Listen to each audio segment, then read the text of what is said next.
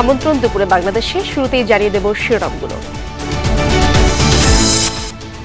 দিল্লিতে নরেন্দ্র মোদী শেখ হাসিনার একান্ত বৈঠক। দুই প্রধানমন্ত্রীর নেতৃত্বে ভারত বাংলাদেশ সম্পর্ক অনন্য উচ্চতায়, বললেন হাসান মাহমুদ। শপথ গ্রহণের পরপর তার সাথে যে বৈঠক অনুষ্ঠিত হয়েছে সেখানে ভবিষ্যতের দিনগুলোতে আমাদের দুই দেশের সম্পর্ক আরো গভীর হবে বলে আশাবাদ ব্যক্ত করেছেন। সিলেট শহরের চামেলিবাগে পাহাড় ধস, আটকে পড়েছে একই পরিবারের ৩ জন। ফায়ার সার্ভিসের সাথে উদ্ধার কাজে যোগ দিয়েছে সেনাবাহিনী।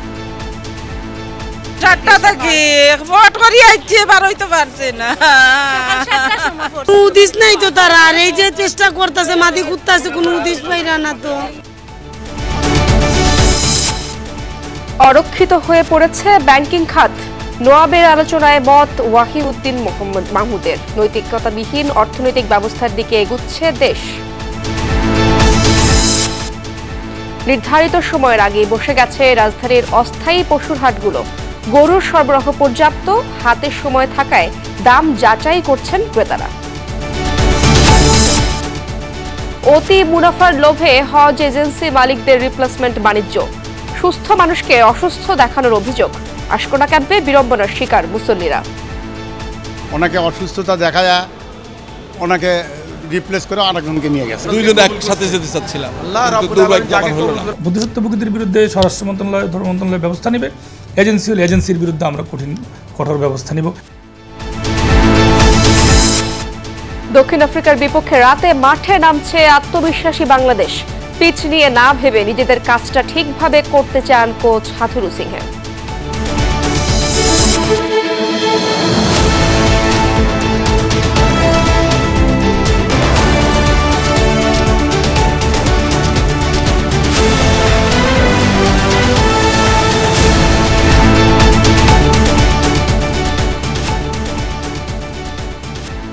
দেখছিলেন শিরোনামগুলো। এছাড়াও দেশ বিদেশের আরো খবর নিয়ে দুপুরে বাংলাদেশে আপনাদের সঙ্গে আছি আমি ইশরাত জাহান। ভারতের প্রধানমন্ত্রী নরেন্দ্র মোদীকে বাংলাদেশ সফরের আমন্ত্রণ জানিয়েছেন প্রধানমন্ত্রী শেখ হাসিনা। শপথ গ্রহণের পরপর প্রধানমন্ত্রী শেখ হাসিনার সাথে একান্ত বৈঠক করেন নরেন্দ্র মোদী। সেখানে দুই দেশের সম্পর্ককে নতুন উচ্চতায় উন্নীত করার অঙ্গীকার করেন দুই সরকার প্রধান।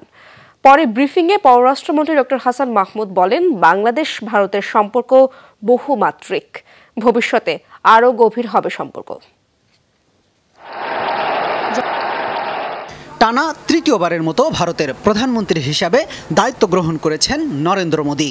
শপথ অনুষ্ঠানে বাংলাদেশের প্রধানমন্ত্রী শেখ হাসিনা ছাড়াও কয়েকটি দেশের সরকার ও রাষ্ট্রপ্রধান উপস্থিত ছিলেন। ঈশ্বর কি শপথ লেতা হুঁ কি শপথের আনুষ্ঠানিকতার পর নরেন্দ্র মোদী, শেখ হাসিনা একান্ত বৈঠক অনুষ্ঠিত হয়। এ সময় তারা দুই দেশের বিদ্যমান সম্পর্ককে আরও এগিয়ে নেয়ার বিষয়ে কথা বলেন। বৈঠকের পর এ বিষয়ে ব্রিফ করেন পররাষ্ট্রমন্ত্রী ডক্টর হাসান মাহমুদ। আমাদের দুই দেশের সম্পর্ক নতুন উচ্চতা উন্নীত হয়েছে। মাননীয় প্রধানমন্ত্রী জননেত্রী শেখ হাসিনা তিনি নতুনভাবে নির্বাচিত এবং শপথ গ্রহণের পরপর তার সাথে যে বৈঠক অনুষ্ঠিত হয়েছে সেখানে ভবিষ্যতের দিনগুলোতে আমাদের দুই দেশের সম্পর্ক আরো গভীর হবে বলে আশাবাদ ব্যক্ত করেছেন। মন্ত্রী জানান, দুই প্রধানমন্ত্রীর বৈঠকে দুদেশের অভ্যন্তরীণ আরও বিভিন্ন ইস্যুতেও কথা হয়েছে।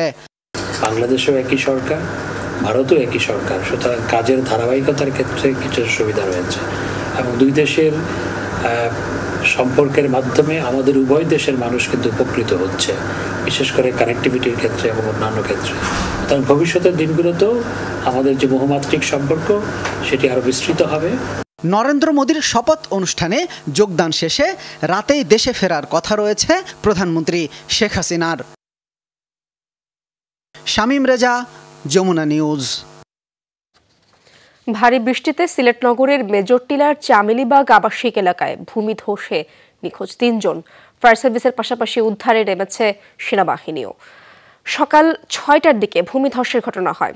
সিলেট সিটি কর্পোরেশনের ৩৫ নং ওয়ার্ড কাউন্সিলর জানায়, এই বাসায় ২টি পরিবার থাকতেন। ভূমিধসে ঘরের নিচে আটকা পড়ে ২ পরিবারের ৬ জন সদস্য। ফায়ার সার্ভিস, পুলিশ ও স্থানীয়দের সহায়তায় এক পরিবারের ৩ জনকে উদ্ধার করা হয়েছে। এখনও আটকে আছে ৩ জন। তবে বৃষ্টির কারণে উদ্ধার অভিযান ধীর গতিতে এগোচ্ছে। বৃষ্টির পরে আধা ঘন্টা পরে একটা ডাক দিছে, ডাকের সময় ভূমি ধসে পড়ে।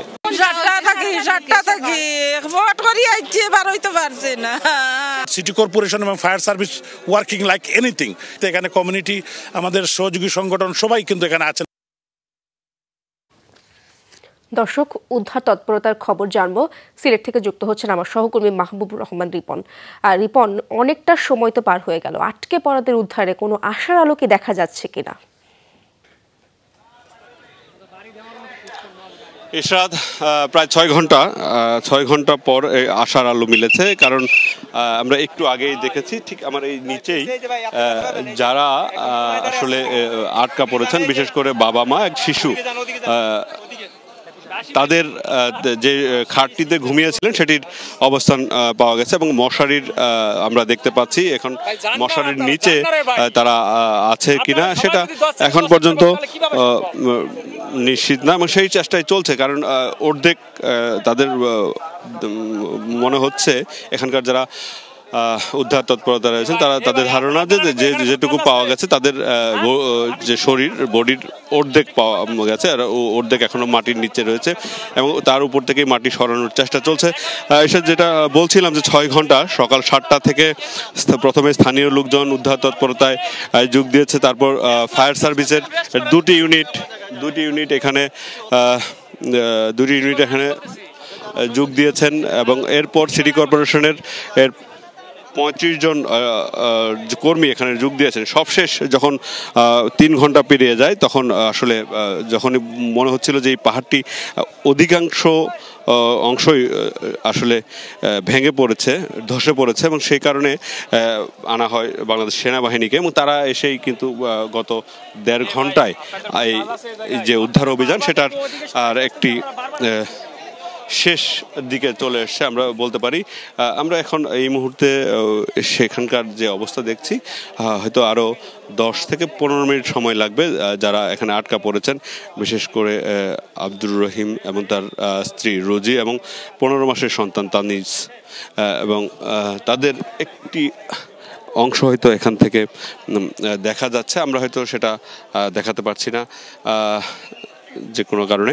এবং যাই হোক, যে অবস্থা এখন চলছে তাতে করে হয়তো আরও কিছুক্ষণ সময় লেগে যেতে পারে, এবং অধীর আগ্রহে বসে আছেন আত্মীয় স্বজনরা এবং এলাকার যারা রয়েছেন তারা সবারই প্রত্যাশা তাদেরকে এখান থেকে মূলত জীবিত উদ্ধার করা যায়। যদিও ফায়ার সার্ভিস, বিশেষ করে এই ধরনের অভিযান যারা নেতৃত্বদের, এই ধরনের অভিযান যারা উদ্ধার কর্মকাণ্ড চালান, তাদের যে ধারণা যে এত দীর্ঘ সময় এভাবে কেউ মাটি চাপায় থাকলে তার বেঁচে থাকার সম্ভাবনা ক্ষীণ হয়ে যায়, এবং অলৌকিক কিছু না ঘটলে তাদের আসলে বেঁচে থাকার সম্ভাবনা খুব কম। ধন্যবাদ আপনাকে। জানাজা শেষে নেত্রকোনার পারিবারিক কবরস্থানে দাফন করা হয়েছে নিহত পুলিশ কনস্টেবল মনিরুল ইসলামকে। নিহত কনস্টেবল মনিরুলের বাড়িতে চলছে শোকের মাতম। সকালে আটপাড়ার বিষ্ণুপুর গ্রামে কনস্টেবল মনিরুল ইসলামের জানাজা সম্পন্ন হয়, পরে পারিবারিক কবরস্থানে দাফন করা হয় তাকে। এর আগে দিবাগত রাত 3টায় গ্রামের বাড়িতে পৌঁছায় কনস্টেবল মনিরুলের মরদেহ। শনিবার রাত 11:15টায় রাজধানীর বারিধারা ডিপ্লোম্যাটিক জোনে ফিলিস্তিন দূতাবাসের সামনে পুলিশ কনস্টেবল কাউসার আলীর গুলিতে প্রাণ যায় কনস্টেবল মনিরুল ইসলামের।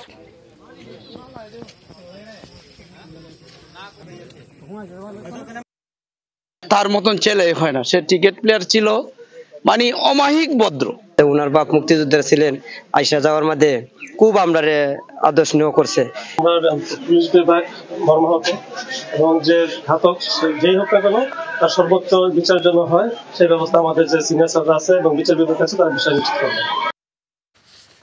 অর্থনীতির সবচেয়ে সংবেদনশীল ব্যাংকিং খাত বিশৃঙ্খল, নিয়ন্ত্রণহীন এবং অরক্ষিত হয়ে পড়েছে। নৈতিকতাবিহীন অর্থনৈতিক ব্যবস্থার দিকে এগুচ্ছে দেশ। সম্পাদক পরিষদ ও নোয়াবের বাজেট পর্যালোচনা অনুষ্ঠানে এমন মন্তব্য করেছেন সাবেক অর্থ উপদেষ্টা ডক্টর ওয়াহিদ উদ্দিন মাহমুদ। বলেন, বাজেট ঘাটতি মেটাতে ঋণ নির্ভরতা বাড়ছে, এখনই এর লাগাম টেনে ধরা উচিত। তা না হলে বাজেট একসময় ঋণের ফাঁদে পড়বে। কালো টাকা সাদা করার যে সুযোগ দেওয়া হয়েছে তার সমালোচনা করেন সংবাদপত্র মালিকদের সংগঠন নোয়াবের সভাপতি একে আজাদ। বলেন, সৎ নাগরিক 30% কর দেবেন আর কালোবাজারি দুর্নীতিবাজ 15% কর দেবে। এই ধরনের আইন জাতীয় সংসদে অনুমোদন পেতে পারে না। বক্তারা বলেন, খেলাপি ঋণ অর্থনীতিতে সবচেয়ে বড় সমস্যা, কিন্তু বাজেটে এ বিষয়ে কিছু বলা হয়নি। 1,82,000 টাকার খেলাপির কথা বলা হলেও প্রকৃত পরিমাণ 4 থেকে 5 লাখ কোটি টাকার উপরে। এ সময় দৈনিক যুগান্তরের প্রকাশক অ্যাডভোকেট সালমা ইসলাম এমপি বলেন, সংবাদপত্র বাঁচাতে সরকারকে আরও সহনশীল নীতি গ্রহণ করতে হবে। এ খাতের উপর থেকে সব ধরনের শুল্ক তুলে নেওয়ারও আহ্বান জানান তিনি।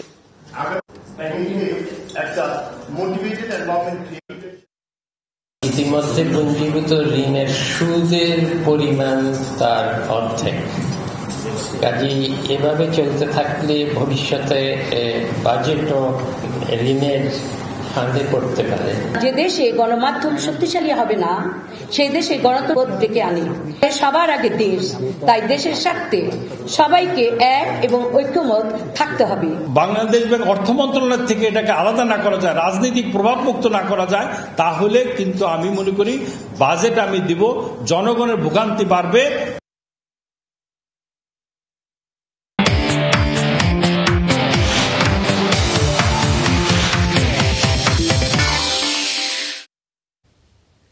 রাজধানীর হাটগুলোতে কোরবানির পশু নিয়ে আসতে শুরু করেছেন খামারিরা। ঈদের সপ্তাহ খানেক বাকি থাকলেও প্রায় সবগুলো হাটেই পর্যাপ্ত গরুর সরবরাহ রয়েছে। বেচাকেনাও শুরু হয়েছে স্থায়ী হাটে, তবে বেশিরভাগ মানুষই ঘুরে ঘুরে দাম সম্পর্কে ধারণা নিচ্ছেন। উত্তর সিটি কর্পোরেশন জানিয়েছে, হাটে খামারিদের সুযোগ সুবিধা নিশ্চিতে কঠোর নির্দেশনা দেওয়া হয়েছে ইজারাদারদের।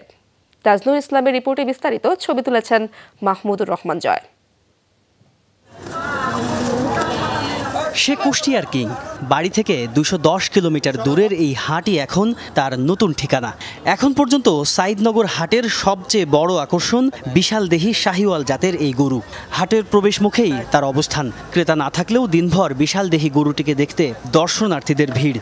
তাকে শুধু ওই গমের যেটা চেলটি বা শাল বলা হয় সেটা, ভুট্টার ময়দা, ছোলা আর অ্যাঙ্কার, ছোলার ঘুষি, মসুরির ভুসি, এইগুলো, আগের গুড়, মাঝে মধ্যে সবরি কালাও খাওয়ানো হয়। ঈদের বাকি আরও বেশ কয়েকদিন, কিন্তু নগরের হাটে এসে গেছে হাজার হাজার গরু। ভোগান্তি এড়াতে আগে ভাগে এসেছেন বিভিন্ন জেলার খামারিরা। আগে আসলে জায়গাটা ভালো পাওয়া যায়, বৃষ্টি বাদলের দিন, তারপরে মনে করেন কাস্টমার চাপলে বিক্রি করে চলে যাব। 14টা গরু নিয়ে আসি।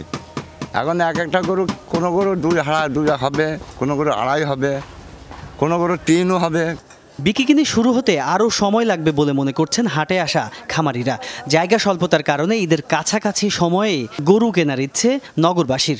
চাইছিলাম বন্ধু বান্ধব নিয়ে আসার জন্য, কিন্তু অনেকেই কাজের জন্য আসতে পারেনি।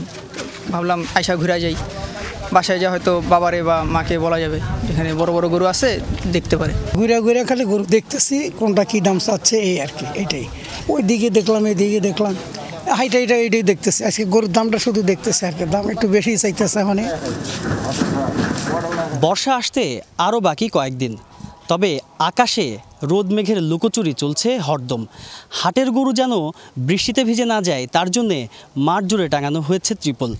বেচাকেনা জমজমাট হওয়ার আগে গরুর যত্নে বেশ ব্যস্ত সময় পার করছেন খামারিরা। তবে গরমে বেশ ভোগান্তি পোহাতে হচ্ছে গরু নিয়ে। ইজারাদার জানান, গরুর স্বাস্থ্যের দেখভালে করা হয়েছে সব রকমের ব্যবস্থা। গরম প্রচণ্ড গরম। হ্যাঁ, কষ্ট তো হবেই, এটা কষ্ট মনে করছি না। এখন যদি আল্লাহ যদি কিছু আমাকে দেয়, হ্যাঁ, গরুরও কষ্ট হচ্ছে, খুব কষ্ট। আমাদের পর্যাপ্ত পরিমাণ পানির ব্যবস্থা আছে, যেটা আপনি জানেন নামার সাথে সাথে পানি লাগে। পর্যাপ্ত পরিমাণ আলোর ব্যবস্থা আছে এবং জাল টাকা শনাক্ত করার মেশিন আছে। এবছর ঢাকার 2 সিটি মিলিয়ে মোট গরুর হাট বসছে 20টি। কয়েকটি হাটের দরপত্র প্রক্রিয়াধীন থাকলেও 2-1 দিনের মধ্যেই তা চূড়ান্ত হবে। হাটকে নিরাপদ করার জন্য সমস্ত কন্ডিশন আমরা আরোপ করেছি। সেই কন্ডিশনগুলো ফুলফিল করা সাপেক্ষে কিন্তু হাট বসবে। যেমন আমাদের টিম আছে, ডেডিকেটেড টিম, তারা এটা মনিটর করে কনফার্ম করবে। মোরওভার আইন শৃঙ্খলা বাহিনী আছে, আমাদের মোবাইল কোর্ট ভিজিলেন্সে থাকবে। আমরা আশা করছি যে সুন্দরভাবেই এই হাটগুলো পরিচালনা। উচ্চ আদালতের নির্দেশনা থাকায় চলতি বছর আফতাবনগরে বসছে না গরুর হাট। টোটাল 7টা হাট। তাজনুর ইসলাম, যমুনা নিউজ, ঢাকা। জীবাণুমুক্ত থাকার কন্ট্রোল হাতে রাখি বলেই আমরা নিশ্চিন্ত। স্যাভলন, জীবাণুমুক্ত প্রতিদিন। Savlon Shinex floor cleaner. ক্লিনিংয়ে অলরাউন্ডার, ঝকঝকে জীবাণুমুক্ত ফ্লোর। সরকারের আশ্রয়ণ প্রকল্পের আওতায় নতুন করে মাথা গোঁজার ঠাঁই পাচ্ছে আরও 18,566 গৃহহীন পরিবার। প্রত্যেকে সেমি পাকা ঘরের সাথে পাচ্ছে 2 শতক জমি। মঙ্গলবার গণভবন থেকে ভার্চুয়ালি যুক্ত হয়ে আশ্রয়ণ প্রকল্পের জমি ও ঘর হস্তান্তর করবেন প্রধানমন্ত্রী শেখ হাসিনা। এর মাধ্যমে নতুন করে সম্পূর্ণ গৃহহীন মুক্ত হবে আরও 70টি উপজেলা। লালমনিরহাট থেকে নাহিদ হোসেনের ক্যামেরায় আরও জানাচ্ছেন ফয়সাল মাহমুদ। মাস কয়েক আগেও যার চাল ছিল কিছুই ছিল না, সেই রুহুল আমিন আশ্রয়ণ প্রকল্পের কল্যাণে পেয়েছেন পাকা ঘর, হয়েছেন জমির মালিকও। ঘরের পাশের জমিতে এখন স্বপ্ন বুনছেন নতুন দিনের। জায়গা জমি তো ভাই নাই, প্রধানমন্ত্রী দয়া করে আমাদের 2 শতক মাটি দিয়েছে, একটি থাকার আশ্রয় করে দিয়েছে। এটার উপরে বউ বাচ্চা নিয়ে সবাই মিলে জীবনযাপন করতেছি। খুব বেশি ভিন্ন নয় মনোয়ারা বেগমের জীবনের গল্প। কিছুদিন আগেও 5 সদস্যের পরিবার নিয়ে থাকতেন অন্যের আঙিনায়। ঝড় বৃষ্টিতে ছিল না দুর্ভোগের শেষ, এখন সেসব শুধুই অতীত। আগে যে অনেক কষ্ট ছিল, এখন ঘর বাড়ি হয়েছে, এখন কাজকর্ম করে খাই। আগের চেয়ে আমরা অনেক ভালো আছি। মনোয়ারা বেগমের মতো এমন কষ্টের অতীত রয়েছে আশ্রয়ণ প্রকল্পের প্রায় প্রতিটি ঘরে ঘরে, যারা এখন স্বপ্ন বুনছেন নতুন ভোরের। গরু ছাগল হাঁস মুরগি পালনের পাশাপাশি নিজেদের জমিতে চাষাবাদ করে হচ্ছেন স্বাবলম্বী। কইরা কাইটা আরামে সুখে ঘুম পাড়তে পারি, ঝড়ি বৃষ্টি পাই না, বাও বাতাস পাই না, আরামে শুইতে থাকি। রাস্তার ধারে থাকছি, এখন আল্লাহ শেখ হাসিনা সরকার আমাদেরকে ঘর দিয়েছে, খুব শান্তিতে আছি। আল্লাহর রহমতে ভালোই আছি, একদিন কিছু ছিল না, ঘর পাশে খুব সুখী আছি। স্থান পাচ্ছি, এখন ছাগল গরু যাই হোক অসুস্থ শরীর নিয়ে কইরা খাইতে আছি। মঙ্গলবার আশ্রয়ণ প্রকল্প 2-এর অধীনে 5ম পর্যায়ের দ্বিতীয় ধাপে লালমনিরহাটের কালীগঞ্জ উপজেলায় 875টি ভূমিহীন পরিবারকে ঘর ও জমি হস্তান্তর করবেন প্রধানমন্ত্রী। এর মাধ্যমে লালমনিরহাট জেলায় আর কেউ ভূমিহীন ও গৃহহীন থাকবেন না। 875টি ঘরের নির্মাণ কাজ আমরা সম্পন্ন করেছি এবং উপকারভোগী ইতিমধ্যে ঘরগুলোতে প্রবেশ করেছে। 11 তারিখ মাননীয় প্রধানমন্ত্রী প্রকল্পস্থল থেকে সরাসরি সংযুক্ত হয়ে কালীগঞ্জ উপজেলাকে গৃহহীন ও ভূমিহীন মুক্ত উপজেলা হিসেবে ঘোষণা করবেন। এ পর্যায়ে সারা দেশে 18,000 ঘর হস্তান্তরের মাধ্যমে ভূমিহীন গৃহহীন মুক্ত হতে যাচ্ছে আরও 70টি উপজেলা। সরকারের হিসেবে সারা দেশে 464টি উপজেলায় আর কেউ থাকছেন না গৃহহীন ও ভূমিহীন। 6 লক্ষেরও বেশি গৃহহীন মানুষের মাঝে 1 খণ্ড জমি এবং ঘর হস্তান্তর করেছে সরকার। নতুন করে সারা দেশে আরও প্রায় 18,000 গৃহহীন মানুষের মাঝে জমি এবং ঘর বিতরণ করতে যাচ্ছে সরকার। এর ফলে যেমন এই গৃহহীন মানুষের সংখ্যা কমবে, তেমনি বাড়বে তাদের সামাজিক মর্যাদা। ফয়সাল মাহমুদ, যমুনা নিউজ, লালমনিরহাট। এত বড় দুর্যোগেও ওই বাড়িগুলি দাঁড়িয়ে আছে কোন শক্তিতে? সেজন্য প্রয়োজন উচ্চ শক্তির নির্মাণ সামগ্রীর ব্যবহার, যেমন জিপিএইচ কোয়ান্টাম B600DR, বাংলাদেশের উচ্চ শক্তি সম্পন্ন একমাত্র রড। দর্শক, আশ্রয়ণ প্রকল্পের আরো বিস্তারিত তথ্য জানবো। লালমনিরহাট থেকে যুক্ত হচ্ছেন আমার সহকর্মী ফয়সাল মাহমুদ। ফয়সাল, আশ্রয়ণ প্রকল্পের আওতায় যারা ঘর পেতে যাচ্ছেন তারা নিশ্চয়ই বেশ উচ্ছ্বসিত। আপনি দেখছেন তাদেরকে, তাদের সাথে কথা বলেছেন আপনি, তাদের প্রতিক্রিয়া সম্পর্কে জানাবেন বিস্তারিত, কি বলছেন তারা? ইশরাত, আপনি জানেন যে মাননীয় প্রধানমন্ত্রীর আশ্রয়ণ প্রকল্পের আওতায় আগামীকাল সারা দেশে প্রায় 18,500-এরও বেশি নতুন ঘর কালকে গৃহহীন এবং ভূমিহীন যারা আছেন তাদের মাঝে মাননীয় প্রধানমন্ত্রী হস্তান্তর করবেন। তা আমরা এই মুহূর্তে আছি লালমনিরহাটের। আমরা গতকাল থেকে আমরা বেশ কয়েকটি উপজেলায় গিয়েছি এবং সেখানকার যেই সকল আশ্রয়ণ প্রকল্পগুলো এখন অপেক্ষমান আছে উদ্বোধন করবেন মাননীয় প্রধানমন্ত্রী, তার মাধ্যমে সেই ভূমিহীন মানুষদের মাঝে চাবি দলিল হস্তান্তর করবেন। সেই সব পরিবারগুলোর সাথে আমরা কথা বলেছি, তারা আসলে বেশ উচ্ছ্বসিত, কারণ স্বভাবতই তারা আসলে খুশি হওয়ারই কথা, যেহেতু আগে তাদের তেমন জায়গা জমি বা যাওয়ার মতো তাদের আসলে ঠাঁই পাওয়ার মতো কোনো জায়গা জমি বলতে কিছুই ছিল না। সেই জায়গায় মাননীয় প্রধানমন্ত্রী বা সরকারের পক্ষ থেকে যে আশ্রয়ণ প্রকল্পের মাধ্যমে কিন্তু তাদেরকে একটি জায়গা এবং একটি ঘর দিয়ে দেওয়া হয়েছে, পাকা ঘর দেওয়া হয়েছে, এতে তারা অবশ্যই খুশি। আগে তাদের সবসময় চিন্তা করতে হতো তাদের ভিটামাটি নিয়ে, অর্থাৎ তাদেরকে যে ঠাঁই আশ্রয়ের জায়গাটা নিয়ে চিন্তা করতে হতো। সেই জায়গায় তারা এখন যেহেতু আশ্রয়ের জায়গাটি নিয়ে তাদের আর চিন্তা করতে হচ্ছে না, তারা এখন বেশ উচ্ছ্বসিত এবং তারা বেশ এই আশ্রয়ন প্রকল্পের আওতায় লালমনিরহাটে এবার প্রায় 1600টি ঘর নতুন করে দেওয়া হবে ভূমিহীন মানুষদের মাঝে। ইশরাত। ফয়সাল, ধন্যবাদ আপনাকে। সুস্থ মানুষকে অসুস্থ দেখিয়ে নিবন্ধিত যাত্রীর নাম কেটে অন্যজনকে রিপ্লেস করা হয়েছে হজ যাত্রায়। বেশি টাকার লোভে কোনো এজেন্সি মালিক এমন কাজ করছেন বলে অভিযোগ যাত্রীদের। আবার রোববার দুপুরে ফ্লাইটের কথা জানিয়ে আনা হয়েছে হজ ক্যাম্পে, কিন্তু এখন আর যাত্রীর ফোন ধরছেন না। আছে এমন ঘটনাও। সব মিলিয়ে ঝামেলাহীন হজ ব্যবস্থাপনার মধ্যে এবার নতুন জটিলতার নাম রিপ্লেসমেন্ট বাণিজ্য। বিস্তারিত জানাচ্ছেন শরীফুল ইসলাম খান। বগুড়ার আব্দুল আলিম বহু বছর ধরেই স্ত্রীকে নিয়ে হজ পালনের ইচ্ছে তার। এবার প্রাক নিবন্ধন করেছেন, টাকা জমা দিয়ে শেষ করেছেন সব প্রস্তুতি। এই যাত্রীর অভিযোগ, এজেন্সি মালিকের অতি মুনাফা লাভের কারণে ভেস্তে গেছে তার সারা জীবনের স্বপ্ন। আসার সময় বাড়িতে কি কান্নাকাটি সেগুলো বলার মতো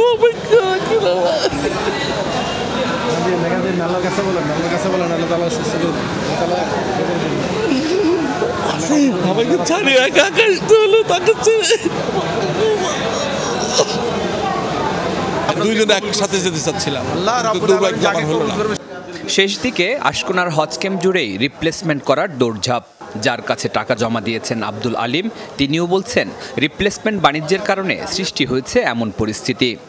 অনারটা বাদ দেয়া আর একজন কাকুর টাকা বেশি পাচ্ছে, বেশি পাওয়ার কারণে অনারটা বাদ দেয়া, ওনাকে অসুস্থতা দেখায় ওনাকে রিপ্লেস করে আরেকজনকে নিয়ে গেছে। এই দম্পতির অবস্থা আরও করুণ। কয়েকদিন ধরেই আশকোনার হজ ক্যাম্পে অবস্থান করছেন তারা, কিন্তু এখন আর কেউ তাদের ফোন ধরছেন না, ফলে অনিশ্চয়তায় তাদের হজ যাত্রা। এভাবে আর কতক্ষণ থাকবো? এখন মোয়াল্লামকে ফোন দিচ্ছি, মোয়াল্লাম তো ফোনটা ধরে না, বলছে যে আমাদের ভিসা টিসা ভাবি কমপ্লিট, আপনি বিমানে ওঠা পর্যন্ত আপনি দোয়া পড়তে থাকেন।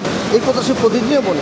হজযাত্রীদের কাছ থেকে এমন নানা রকম অভিযোগ পাওয়ার পর আমরা দায়িত্বশীল এজেন্সি মালিকদের সঙ্গে যোগাযোগ করেও ব্যর্থ হয়েছি।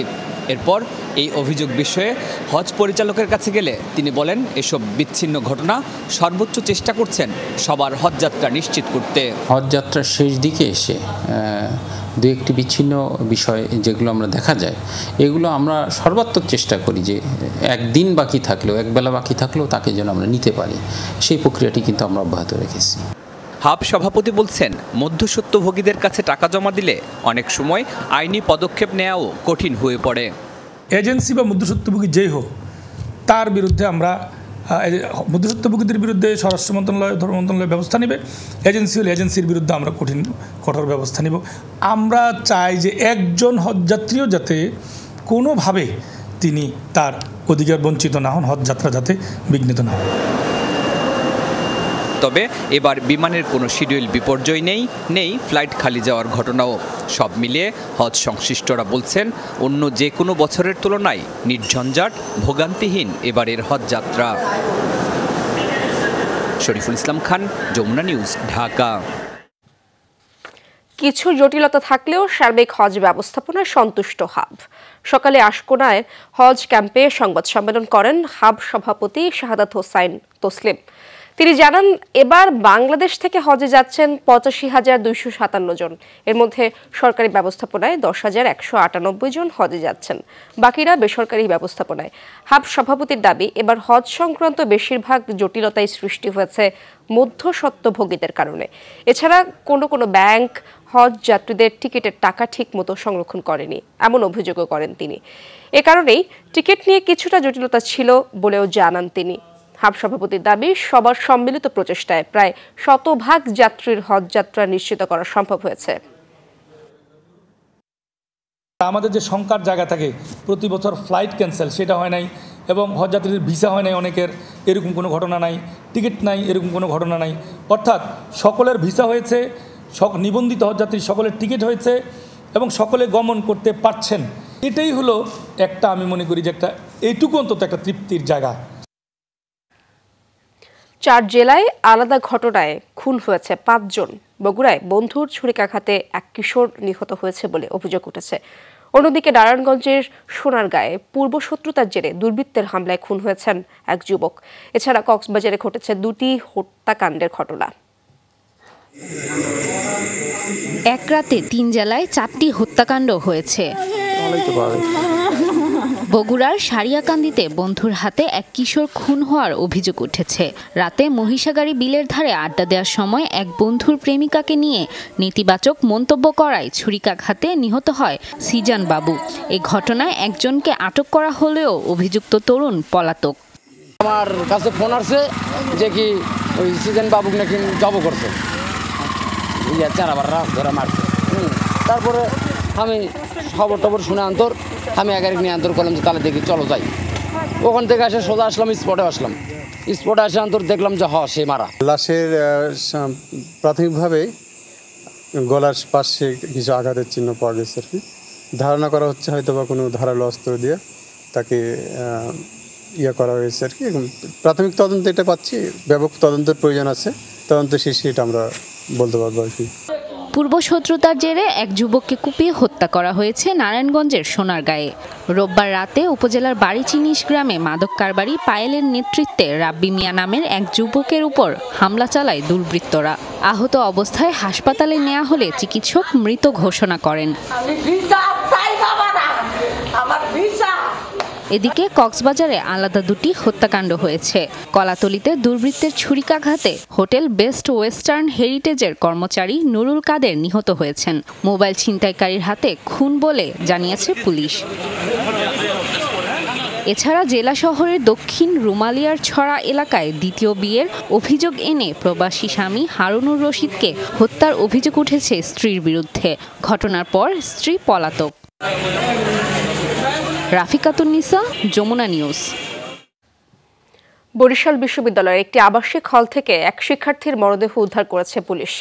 সোমবার রাতে বঙ্গমাতার শেখ ফজিলাতুন্নেসা মুজিব হলে এই ঘটনা হয়। নিহত শিক্ষার্থী শেফা নূর ইবাদি বিশ্ববিদ্যালয়ের গণযোগাযোগ ও সাংবাদিকতা বিভাগের 2019-20 শিক্ষাবর্ষের। বিশ্ববিদ্যালয়ের প্রক্টর মোহাম্মদ আব্দুল কাইয়ুম জানায়, রাত 1টায় হলের 2য় তলার রিডিং রুমের বারান্দায় সিলিংয়ের সাথে ঝুলন্ত অবস্থায় দেখতে পায় সহপাঠীরা। উদ্ধার করে হাসপাতালে নেওয়া হলে চিকিৎসক তাকে মৃত ঘোষণা করেন। প্রাথমিক ধারণা, প্রেমিকের সাথে মনোমালিন্যের জেরেই ওই শিক্ষার্থী আত্মহত্যা করেছে।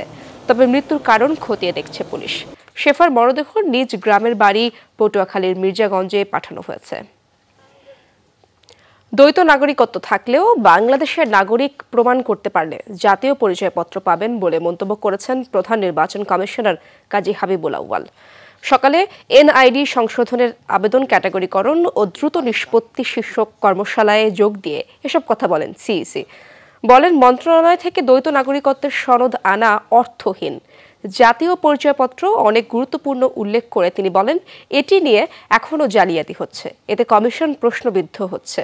যাতে এমন ঘটনা না হয় সেদিকে নজর রাখার নির্দেশনা দেন সিইসি। জানান, জাতীয় পরিচয়পত্র এখনও 100% চূড়ান্ত পর্যায়ে আসেনি।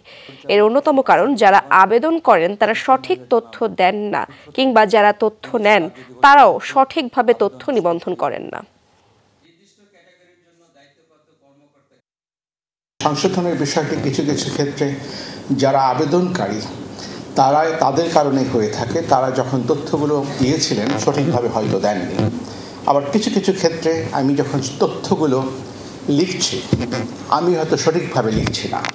যতটা নাগরিকত্বই থাকুক না কেন, উনি যদি বাংলাদেশের নাগরিক হন তাহলে উনি এনআইডি পাবেন।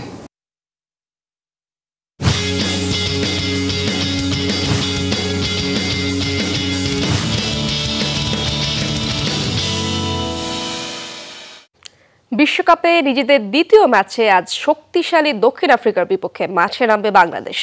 এই ম্যাচেও লড়াই করতে আত্মবিশ্বাসী tiger coach Chandika Hathurusingha. Nassau county স্টেডিয়ামে ড্রপ ইন উইকেট নিয়ে না ভেবে নিজেদের কাজটা করতে চান কোচ। ম্যাচ শুরু বাংলাদেশ সময় রাত 8:30টায়। নিউ ইয়র্ক থেকে তাহমিদ অমিতের রিপোর্টে বিস্তারিত। বাংলাদেশ দল যখন অনুশীলনে আসার কথা তখন বৃষ্টি হচ্ছিল নিউ ইয়র্কের নাসাউয়ে। তবে প্রস্তুতিতে ঘাটতি রাখতে চায় না বলে ঠিক সময়ে মাঠে হাজির টাইগাররা। বেলা বাড়ার সাথে রোদ উঠেছে, ঝলমলে হয়েছে ক্যান্টাজিও পার্কের অনুশীলন। সাকিব তাসকিনরা না এলেও এই ছবিটা একটা স্বস্তির খবর। প্রস্তুতি ম্যাচে হাতে 6 সেলাই পড়া শরীফুল বল হাতে ফিরেছেন নিজের রান আপে। ব্যাট হাতে নেটে সেই শরীফুল যখন নক করছিলেন তখন সামনে থেকে দেখছিলেন কোচ আর অধিনায়ক শান্ত। তবে একাদশে শরীফুল ফিরবেন কিনা সেটা নিশ্চিত নয়, বরং দক্ষিণ আফ্রিকার দুর্বল জায়গা ভেবেই করা হবে একাদশ। তবে প্রতিপক্ষের থেকেও বড় চিন্তার নাম যে নিউ ইয়র্কের ড্রপ ইন উইকেট। আমাদের জন্য গুরুত্বপূর্ণ ম্যাচ। বাংলাদেশ যা আগে করে দেখাতে পারেনি, এবার সে সুযোগ দ্বিতীয় রাউন্ডে যাবার। শ্রীলঙ্কা, দক্ষিণ আফ্রিকা ও বাংলাদেশ যে দুটি স্থানের জন্য চেষ্টা করছে, বাকিরাও। তবে আমরা সেরা খেলাটা খেলে এগিয়ে যেতে চাই। নাসাউতে 2 ম্যাচ খেলে দুটাতেই জিতেছিল প্রোটিয়ারা। সেখানে বাংলাদেশ লঙ্কানদের বিপক্ষে জিতলেও দুশ্চিন্তা কাটেনি টপ অর্ডারের অফ ফর্ম নিয়ে। তবে হাতুরু অবশ্য ব্যাট নয়, বরং গর্বিত শক্তির জায়গা বোলিংটা নিয়ে। বোলিং ইউনিট দারুণ বল করেছে। যেভাবে অধিনায়কের পরিকল্পনা বাস্তবায়ন করেছে সেটা দারুণ। কোচেরা কিছুই করেনি, বাইরে থেকে তথ্য দিতে পারে, তবে পুরো সাফল্য বোলারদের। ড্রপ ইন উইকেটে টসটা হয়ে উঠতে পারে কি ফ্যাক্টর। জিততে হলে তাই লাগবে ভাগ্যের সহায়তা। লো স্কোরিং ম্যাচের যে পূর্বাভাস মিলছে সেটাও ইতিবাচক হতে পারে শান্তদের জন্য। তবে ক্লাসেন মিলারদের হারাতে চেয়ে সামর্থ্যের সবটুকু দিয়ে লড়তে হবে লাল সবুজ দলটাকে। বিশ্বকাপ শুরুর আগে একের পর এক দুঃসংবাদ আসছিল বাংলাদেশ শিবিরে। যুক্তরাষ্ট্রের সঙ্গে সিরিজ হার, তাসকিনের ইনজুরি, শরীফুলও পড়েছিল ইনজুরিতে। সেখান থেকে টুর্নামেন্টের শুরুতে যেমন বাংলাদেশ জয় পেয়েছে, তেমনি তাসকিন ফিরলেন শরীফুলও। তাই তো দক্ষিণ আফ্রিকার বিপক্ষে আরও একটা জয়ের প্রত্যাশা তো করতেই পারে টাইগার ভক্তরা। Tahmid Ahmed, Jamuna sports, New York, যুক্তরাষ্ট্র। কেমন হবে নাসাউ কাউন্টি স্টেডিয়ামের ড্রপ ইন উইকেটের আচরণ? আরও একটি লো স্কোরিং ম্যাচেই কি হতে যাচ্ছে? উইনিং কম্বিনেশন কি ভাঙবে বাংলাদেশ? পেসার শরীফুল ইসলাম কি খেলবেন? এমন সব প্রশ্নের উত্তর খোঁজার চেষ্টা করেছেন তাহমিদ আহমেদ। বোলিং শুরু করবার পর যখন শরীফুল বল করেছেন নেটে, আর পর চন্দিকা হাতুরু সিং, বোলিং কোচ এবং শরীফুলের এই ত্রিপক্ষীয় বিটিকের ফলাফলটা কি? একাদশে কি দক্ষিণ আফ্রিকার বিপক্ষে থাকবেন শরীফুল, নাকি তার জন্য আরেকটু অপেক্ষা করতে হবে? যদিও নিশ্চিতভাবে শরীফুলকে পেতে চাইবে দল, কিন্তু শরীফুল যদি একাদশে ফেরেন তাহলে পেস আক্রমণে বদলটা হবে কোথায়? দিনের শুরুতে অবশ্য হাতুরু নিজেই জানিয়ে দিয়েছিলেন শরীফুল খেলার অবস্থায় আছে কিনা জানা যাবে বোলিংটা দেখে। সেখানে এই বাহাতির এমন বোলিং নিশ্চয়ই ফেরার বার্তাটা ভালোভাবেই দিয়ে রাখবে। বোলিং আক্রমণটা নিয়ে সুখকর এক সমস্যাতেই আছে দল। শরীফুল ফিরলে বাদ যাবেন কে? প্রতিপক্ষের স্পিন দুর্বলতার কথা ভেবে শেখ মেহেদী কি ফিরবেন একাদশে? তবে এই মুহূর্তে রিশাদ হোসেন বোধহয় দলটার নতুন শক্তি। আত্মপ্রত্যয়ী এই লেগিকে নিয়ে ব্যস্ত সময় পার করেছেন মুস্তাক আহমেদ। বিপরীত ছবিটা যেন দলের ব্যাটিং। শান্তদের নিয়ে দুশ্চিন্তা যেন কাটছেই না। তাই তো শান্ত যখন ব্যাটিং করছিলেন তখন নেটের পেছনে ঠিক দাঁড়িয়েছিলেন চন্দিকা হাতুরু সিংয়ে। প্রি ম্যাচ সংবাদ সম্মেলনও কথা বললেন দুজনকে নিয়ে। আমি ভালো কিছু আশা করছি। কনফিডেন্সের অভাব। টি-20 ক্রিকেটে কনফিডেন্স খুব জরুরি। তারা খুব ভালো ট্রেনিং করেছে, লিটন কিছুটা কামব্যাক করেছে। আশা করছি সৌম্য এবং শান্তরাও ভালো কিছু উপহার দেবে। আইসিসি নিজেই দাবি করছে ড্রপ ইন উইকেট মন মতো হয়নি। সেরা কিউরেটর এনেও বদলানো যায়নি ভারত পাকিস্তান মহারণের উইকেটও। তাই তো লো স্কোরিং ম্যাচে পার্থক্য গড়ে দিতে পারে বোলিং চাই। যে কোনো ব্যাটারের জন্য বড় চ্যালেঞ্জ হচ্ছে কন্ডিশন। যত দ্রুত ব্যাটাররা কন্ডিশনের সাথে নিজেদেরকে মানিয়ে নিবে তত আমাদের ফলাফল ভালো হবে। উইকেট যাই হোক না কেন, ব্যাটাররা নিজের নামের প্রতি সুবিচার করতে পারলে ফলাফল খুব ভালো হবে। ভারত পাকিস্তান ম্যাচে বৃষ্টি বাগড়া দিলেও এই ম্যাচে প্রতিপক্ষ হবার সম্ভাবনা কম বৃষ্টির। ম্যাচ শুরুর ঘণ্টাখানেক পর আকাশে মেঘ আসলেও পূর্বাভাস বলছে সেই মেঘ বৃষ্টি হয়ে ঝরবে না নাসাউতে। Tahmid, Jamuna sports, New York, যুক্তরাষ্ট্র। ভারতের বিপক্ষে হারের জন্য ব্যাটারদের কাঠগড়ায় দাঁড় করালেন পাকিস্তান অধিনায়ক বাবর আজম। পাওয়ার প্লেতে উইকেট হারানো ও অতিরিক্ত ডট বল খেলাকে দায়ী করেন তিনি। তবে শেষ 2 ম্যাচে জয় দিয়ে সুপার 8-এ পা রাখতে চান পাকিস্তান অধিনায়ক। অপরদিকে বোলারদের ভূয়সী প্রশংসা করেছেন ভারতীয় অধিনায়ক রোহিত শর্মা। আশা করছেন পুরো টুর্নামেন্ট জুড়ে এমন পারফর্ম করবে বুমরা আর্শদীপরা। টি-20 বিশ্বকাপের গুরুত্বপূর্ণ ম্যাচে পাকিস্তানকে 6 রানে হারিয়ে অবিশ্বাস্য জয় পেল রোহিত কোহলিরা। প্রথমে ব্যাট করে মাত্র 119 রান তুলেছিল ভারত, কিন্তু ভারতীয় বোলারদের দাপটে হেরে গেল পাকিস্তান। বুমরা হার্দিকদের দুর্দান্ত বোলিংয়ে মাত্র 113 রানে গুটিয়ে যায় পাকিস্তানের ইনিংস। কাজটা সহজ করে দিয়েছিলেন পাকিস্তানের বোলাররা। ভারতের শক্তিশালী ব্যাটিং অর্ডারকে 119 রানে থামান তারা, কিন্তু সেই রান তুলে নিতে পারেনি পাকিস্তান। ফলে চির প্রতিদ্বন্দ্বীদের কাছে বিশ্বকাপে 7ম পরাজয়ের স্বাদ নেয় পাকিস্তান। একই সঙ্গে টুর্নামেন্ট থেকে বিদায়ের বড় শঙ্কায় পড়ল দলটি। ম্যাচ শেষে এই হারের ব্যাখ্যা দিয়েছেন পাক অধিনায়ক বাবর আজম। মূলত ব্যাটারদের কাঠগড়ায় তুলেছেন বাবর। পাওয়ার প্লেতে স্বাভাবিক খেলে সুবিধা আদায় করে নেওয়ার লক্ষ্য থাকলেও উইকেট হারিয়ে বিপাকে পড়ে তারা। আমরা ভালো বোলিং করেছিলাম, তবে ব্যাটিংয়ের সময় আমরা পরপর উইকেট হারিয়েছি এবং অনেক ডট বলও খেলেছি।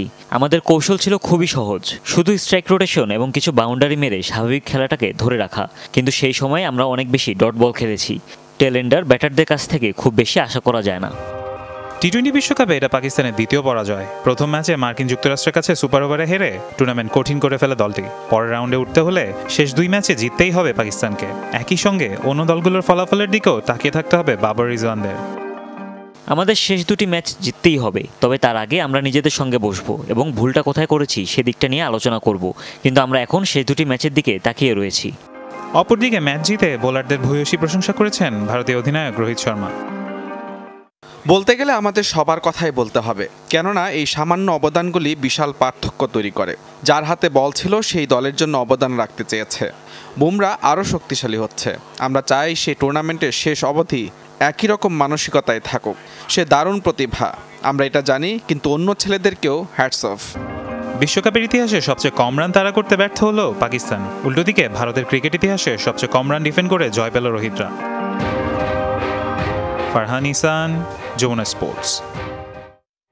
আবারও স্বাগত, দেখছেন দুপুরে বাংলাদেশ।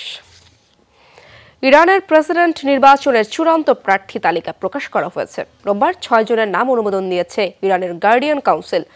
এবারও বাদ পড়েছেন সাবেক প্রেসিডেন্ট মাহমুদ আহমেদিনেজাদ।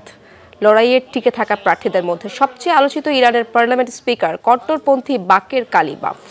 তালিকায় আছেন সাবেক আইআরজিসি কমান্ডার সাইদ জলিলি ও তেহরানের মেয়র রক্ষণশীল নেতা আলী রেজা জাকানি। এছাড়াও আছেন সংস্কারপন্থী আইন প্রণেতা মাসুদ পেজেশকিয়ান, সাবেক স্বরাষ্ট্রমন্ত্রী মোস্তফা পুরো মোহাম্মদী এবং রক্ষণশীল রাজনীতিবিদ আমির হোসেন হাশেমি।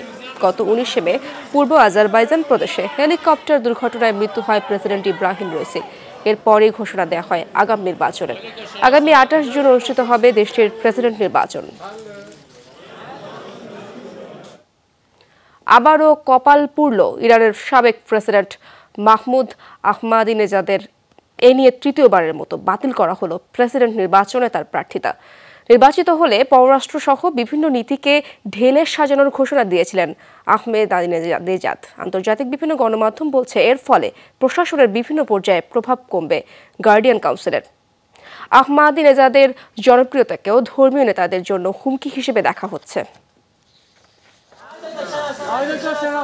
ইরানের প্রেসিডেন্ট নির্বাচনের তফসিলের পরপরই আবারও আলোচনায় মাহমুদ আহমেদিনেজাদ।